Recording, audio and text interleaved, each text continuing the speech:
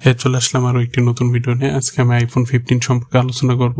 Already মার্কেটে চলে আসছে আইফোন 15 এবং এটার নতুন ফিচার এবং এটার স্পেশালিটি সবকিছু সম্পর্কে আলোচনা করব।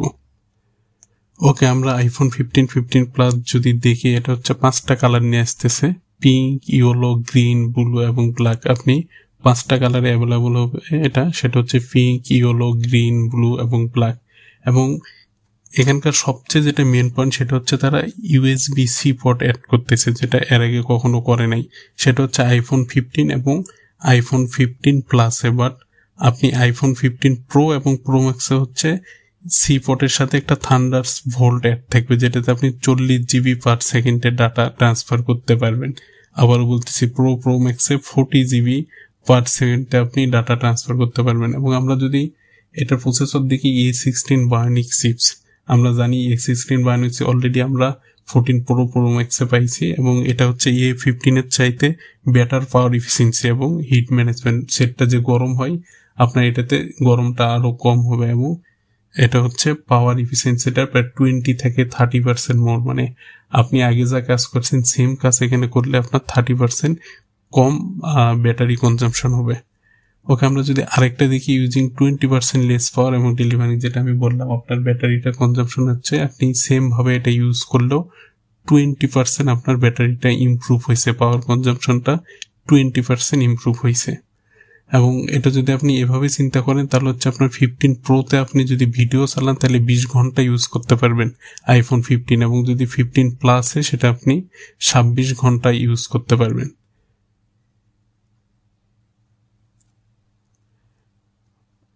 ওকে, তাহলে হচ্ছে ব্যাটারি লাইফটা আগের থেকে 20% থেকে 30% ইনক্রিজ হয়েছে, যেটা 15-এ আপনি 20 ঘন্টা টানা যদি ভিডিওটা চালান তাহলে হচ্ছে আপনার ব্যাটারি শেষ হবে, এবং 15 প্লাসে সেটা হচ্ছে 26 আওয়ার।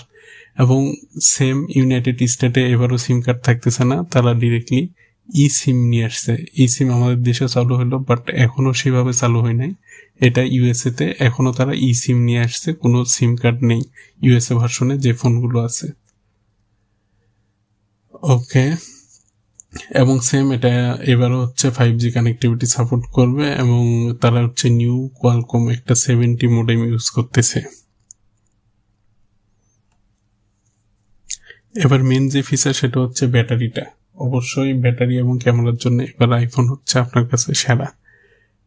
এবং আমি যদি স্টোরেজ চিন্তা করি তাহলে আপনি হচ্ছে 128, 256, 512 স্টোরেজ ক্যাপাসিটি এটা মার্কেটে পাবেন, এবং স্টোরেজ অনুযায়ী এটা হচ্ছে দামের ডিফারেন্স হবে। এটার প্রাইসের উপর আমার একটা ভিডিও করা আছে, ইন্ডিয়া এবং বাংলাদেশে কি পরিমাণে প্রাইস হতে পারে।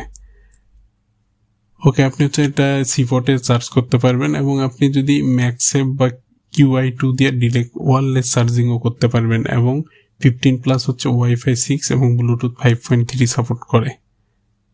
ওয়াইফাই 6 এবং ব্লুটুথ 5.3 সাপোর্ট করে।